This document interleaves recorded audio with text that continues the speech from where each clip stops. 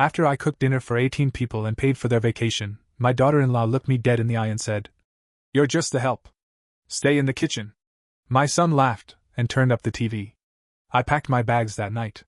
What I did next shattered everything. I never planned to become the maid of my own family. I used to think things like this only happened in movies or bitter online rants. I didn't think it'd be me. Spending my golden years waiting on people who didn't even see me as a person anymore. I'm 61. Widowed. Ray, my husband of 39 years, passed away 5 years ago from pancreatic cancer. It tore me apart. He was quiet, dependable, and kind. After he died, my world got smaller. My kids were grown. Mark, Rachel, and Sam all had their own lives, families, and excuses. The house was too quiet. So I focused on staying busy. Volunteering, gardening, trying to find new routines. But all I really wanted was my family together again. Like the old days when I'd cook dinner and we'd all sit around the table, laughing over stupid things. So I had this idea. A family vacation. I chose Pigeon Forge, Tennessee, because it had something for everyone. Big cabins, mountains, close to Dollywood, and still quiet. I spent months planning everything. I paid for the whole thing using what was left of Ray's life insurance. Flights, car rentals, the giant lodge with 8 bedrooms and a wraparound porch, groceries, even entertainment for the grandkids.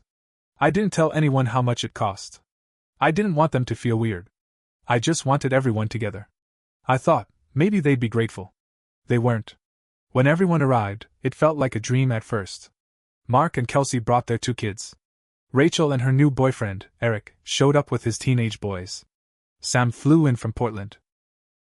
My sister Janice came with her husband and their grandkids. 18 of us. The first day, everyone was smiling. There was laughter and wine and excited screaming from the kids running through the house. I was happy. Exhausted, but happy. I made homemade chicken pot pie that night, 3 trays of it. Everyone devoured it. No one said thank you. The next day, I was up early again. I made waffles, eggs, bacon, hash browns. Everyone ate. No one offered to clean up. I did the dishes alone. Then lunch. Then dinner. It was like I wasn't even on vacation. I was working nonstop in that kitchen while everyone else sat around and asked what time the next meal would be ready. Kelsey especially rubbed me the wrong way. She didn't lift a finger. She walked around like she was some kind of queen. I'd ask her to help cut vegetables or set the table, and she'd say, "In a minute." But she never did. Mark, my son, just shrugged when I brought it up. "That's just how she is, Mom." By the 3rd day, my body hurt. My feet were swollen from standing all day, and my back felt like it was giving out. But I still wanted to do something special for them. I made baked ziti from scratch. Garlic bread, Caesar salad, peach cobbler for dessert. I didn't sit down once from 9 a.m. to 7 p.m. I poured everything into that meal. Everyone came into the dining room, ate fast, and left just as fast. I was the last one sitting, finally getting ready to eat my plate. Kelsey came into the kitchen, looked me straight in the eye, and said it. Clear as day. "You're just the help. Stay in the kitchen." I blinked. I didn't move. I didn't even understand at first. I said, "Excuse me?" She looked me up and down, then walked away like I wasn't even worth explaining herself to. I turned to Mark, who was sitting on the couch with his feet up. "Did you hear what she just said to me?" He laughed. Like I was a joke. Then he grabbed the remote and turned up the TV. That moment is burned into my mind. My own son, laughing while his wife told me I was the help. Like a maid. Like a damn servant. After everything I'd done. After everything I paid for. They didn't see me as a mother. Just free labor. I didn't say another word. I walked to my room, closed the door, and started packing my things. Quietly. I didn't rush. I folded my shirts. I zipped my bag. I put my phone on airplane mode so no one could call me. I cleaned the kitchen before I left. I took out the garbage. I loaded the dishwasher. Then I walked out that front door without looking back. I found a cheap little motel 15 minutes away. It smelled like cigarette smoke and cleaning spray, but it was mine. Quiet. Peaceful. I laid on that stiff mattress and felt my whole body finally relax. For the first time in days, I didn't feel like crying. The next morning, I got up and made a list. A real list. Not just of groceries or chores, but of everything I had done for them in the last 5 years. I started calling lawyers. This story isn't over. The first lawyer I called was a local one in Pigeon Forge. His name was Greg. Older man, quiet voice, but sharp. I explained my situation in plain words.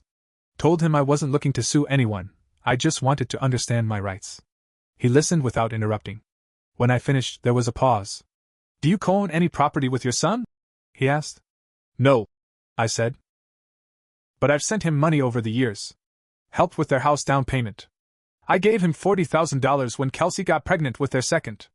I never asked for it back. He asked if I had records. I did. Ray was always careful with paperwork.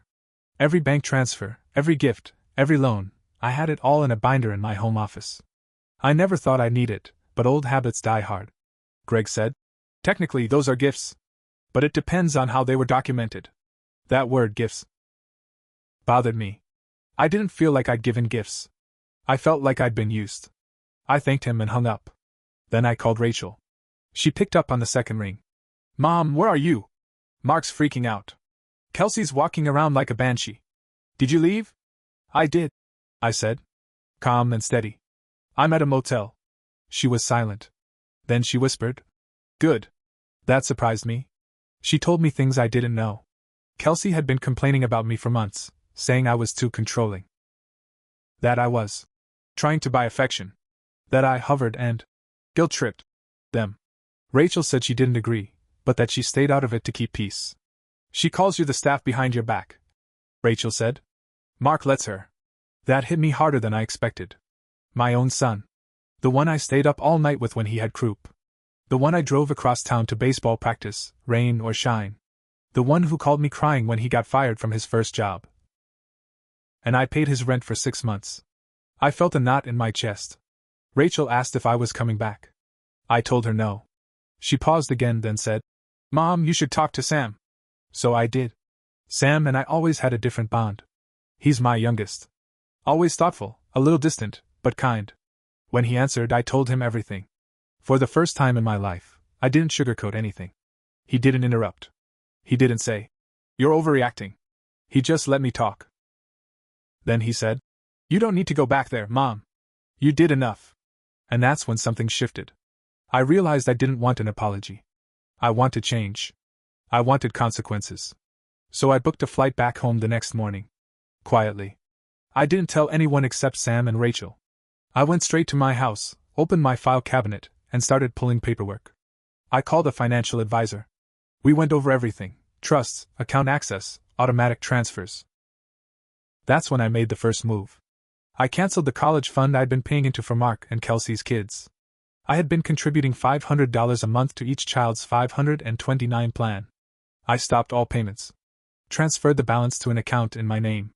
I set it up to be divided between all my grandchildren, but only when they turned 25 and had completed at least 2 years of full-time employment. No more free rides. Next, I called the bank and froze the joint savings account I had with Mark. Years ago, I put his name on it. Just in case. That was a mistake. There was $18,000 in it. I moved all of it to a new account. I also cut off the automatic payment that went toward their mortgage every month. Another thing I did quietly after Ray died. I never told anyone. The total amount I had given them over the last 7 years? $137,000. I never asked for a dime back. Never expected anything. But now I saw what it bought me. Disrespect. Silence. Mockery. Rachel called me 2 days later. Apparently, Mark had just found out. He thought there was a banking mistake. I said, No mistake. That money's mine. He called me himself. First time since I walked out. He didn't ask if I was okay. He didn't ask why I left. He just said, What the hell did you do to the accounts? I told him the truth. Then he exploded. You're punishing us because of one comment Kelsey made?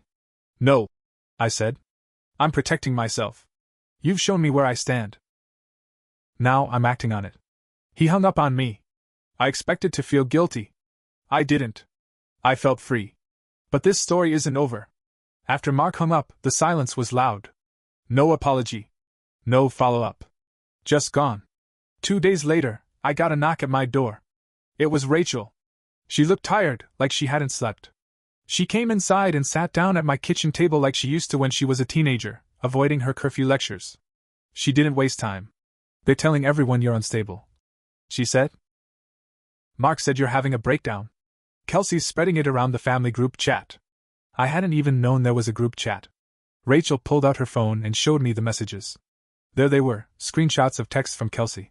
One of them said, "She's sabotaging her own family over a joke. Maybe early dementia?" Another one, "Mark and I are considering legal action. She's withholding funds meant for our children." I felt my stomach twist. Then I saw a message from Janice, my own sister, agreeing with them, saying maybe I was too emotional since Ray passed. That I wasn't thinking straight. They were turning this into a mental health story. Rachel leaned across the table and said, "Mom, you need to protect yourself. You should talk to someone about a living will and a trust." That night I didn't sleep. I kept seeing their faces. I kept hearing Kelsey's voice. "You're just the help." And then Mark's laugh. The next day, I drove down to my lawyer's office. We spent 3 hours going over everything. I changed my will. Before, everything had been split equally between my 3 kids. Now, Mark was out. I left 40% to Sam, 40% to Rachel, and the remaining 20% into a trust for all my grandkids, except Mark and Kelsey's. Harsh? Maybe. But I wasn't going to reward cruelty with inheritance. The trust specified that the money would only be released to the kids if they were living independently, and had no criminal record by age 25. And I named Sam and Rachel as trustees. Then I had the lawyer send Mark a formal letter. It was simple. "This is to inform you that all financial ties have been severed. Please do not contact regarding any money matters again." 2 days later, Kelsey emailed me. She didn't call. She didn't even sign the message with her name. It said, "We'll remember this when you're old and need someone to care for you." That made me laugh. Not in a funny way. In a "you thought I was stupid" way. They thought they had leverage. But what they didn't know, what nobody knew, was that I had already signed a long-term care agreement with a private assisted living facility. Paid for in full, in advance, with my own money. If anything ever happened to me, I wouldn't need them. They also didn't know I'd started writing everything down. Dates, times, conversations. Emails. Texts. I had it all. And if they tried to sue, I'd be ready. But that wasn't the end of it. 3 weeks later, I got a call from Sam. "Mom," he said, "you're not going to like this." Kelsey had gone online. She made a TikTok. A video of her crying on a cabin porch. Talking about a toxic mother-in-law who ruined their vacation, who cut off her grandchildren, who emotionally manipulated the whole family for power. The video had over 70,000 views. Comments like, "Boomers always want to control everything. She sounds like a narcissist. The help? That's funny." Sounds like she was asking to be hurt. I had never even used TikTok. Now I was the villain on it. Sam was furious. He offered to make a video defending me. I told him no. I wasn't going to fight dirty. That's what they expected. Instead, I printed everything. Screenshots. Texts. Comments from the group chat. Even the video. I added it to my binder. Then I made one final move. I booked another vacation. Same cabin. Same week. Next year. But this time, I didn't invite Mark. Or Kelsey. Or their kids. I invited Rachel. Sam. My niece from Michigan and her husband. A couple of my old friends from church. People who loved me. I prepaid for everything again. But with one rule this time: everyone cooks. Everyone cleans. No exceptions. This story still isn't over. The biggest twist was coming. A few weeks after Kelsey's TikTok blew up, things started to fall apart for them in ways they didn't expect. Mark worked in real estate. He had a small team under him at a local agency in Charlotte. His reputation mattered. His clients were mostly older couples, retirees looking to downsize. Word got around. One of Rachel's friends from high school worked in social media marketing. She reached out to me quietly. "Did you know his wife's video went viral? I've seen your name being talked about in Facebook groups." I didn't respond right away. But I let her keep sending me screenshots. In one, someone had found Kelsey's business account. She sold mom coaching services and ran parenting webinars. Someone else linked her TikTok and pointed out how she talked about mental health but shamed her mother-in-law publicly. The internet turned fast. People didn't know me personally. But they saw a woman saying she cooked and paid for an 18-person vacation and got called. The help. That hit nerves. Kelsey's coaching page got flooded with comments. Some were harsh. Some just asked, "Is this the same person who called her Emile the help?" She took the video down. Then she made it private. But it was too late. Mark's boss pulled him aside at the office. "We don't need this kind of attention," he said. "Take a leave. Figure things out." They put him on unpaid leave. Until further notice. Rachel told me all of this, piece by piece. She didn't enjoy it, but she wasn't sad either. She said, "Maybe now they'll understand what you felt." But it didn't stop there. A week before Thanksgiving, I got a letter in the mail. It was from Mark. Not a text. Not an email. A real letter. 5 pages. Written by hand. It started off angry, talking about betrayal, about embarrassment, about how I had turned Sam and Rachel against him. But halfway through, the tone changed. He talked about money. About how they were behind on their mortgage. How Kelsey's business had lost most of its clients. How he might lose his job for good. He wrote, "Mom, I'm sorry for what happened at the cabin. Kelsey shouldn't have said what she said. I should have stood up for you. I laughed when I should have defended you. That was wrong." He didn't ask for money directly. But he talked about rebuilding and starting fresh. It was the first time in years he apologized for anything.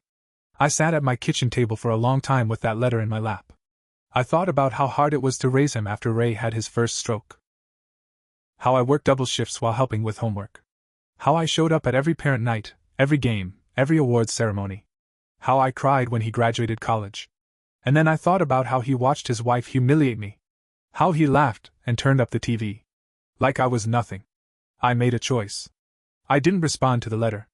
Instead, I sent him a certified envelope with a copy of my new will, and a single sticky note inside that said, "Actions have consequences. I love you. But I'm done fixing your mistakes." Rachel told me later he was furious. Said I was heartless. Said I chose money over family. But that wasn't true. I chose dignity. Thanksgiving came, and for the first time in over a decade, I didn't cook for the whole family. Instead, Sam hosted. Rachel brought dessert. Everyone who came helped set the table. We took turns saying what we were thankful for. I said I was thankful for finally seeing things clearly. The next summer, we went back to the same cabin in Pigeon Forge. It felt like reclaiming something. We cooked together. Cleaned together.